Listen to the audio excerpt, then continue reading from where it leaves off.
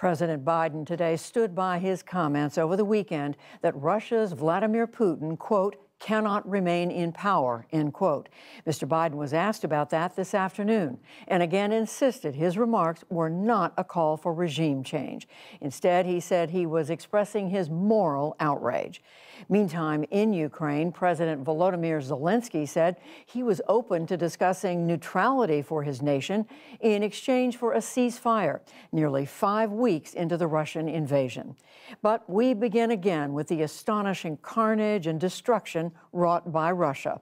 From eastern Ukraine, special correspondent Jack Hewson begins our coverage. The city in ruins and under siege continues to suffer unspeakable horrors.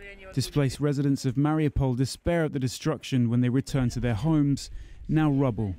I've lived here since my birth. My husband as well. We got married here and had babies. What now? What is left for us? I don't want to go anywhere from Mariupol, but there's nowhere to live here. For many, there's also nowhere to go. According to local officials, nearly 5,000 people have been killed and 160,000 remain trapped inside the city without heat, water or electricity. Calling for a complete evacuation, the mayor said Mariupol is on the verge of a humanitarian catastrophe. Those who've managed to escape and reach the Polish border recount what life is like under siege. We melt snow to have at least something to drink. We cook on open fires under shelling and bombs, just because if you don't, you will have nothing to eat. A senior US defense official said today Russia is making the most progress in the southeast.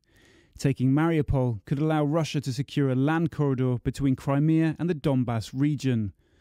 The official also said Russian forces are likely trying to cut off the Donbass from the north as troops move south from Kharkiv to Izium. But near Kiev, Russian troops have stopped their advances. Instead, Ukrainian resistance continues to be determined. The mayor of Irpin, a Kiev suburb, said today Ukrainian troops retook the city. We have good news today. Irpin has been liberated. Irpin is Ukraine. Glory to Ukraine.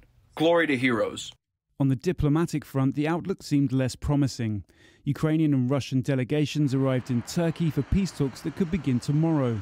President Volodymyr Zelensky again said he could consider giving up Ukraine's bid to join NATO and compromise over the status of the Donbass region. But he said there could be no peace deal until Russian troops withdraw.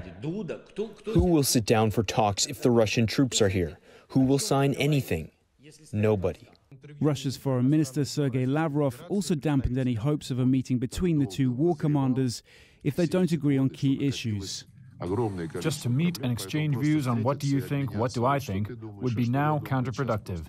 Meanwhile, reverberations continued from the president's off-the-cuff remarks Saturday in Warsaw. For God's sake, this man cannot remain in power.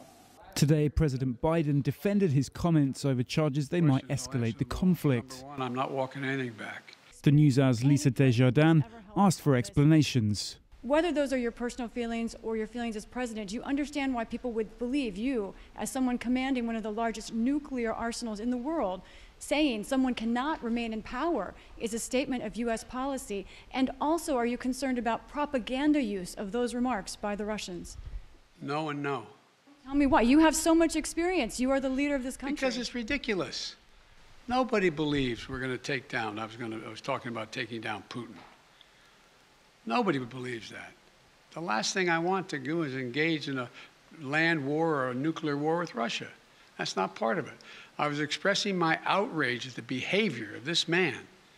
It's outrageous. It's outrageous. And it's more an aspiration than anything. He shouldn't be in power.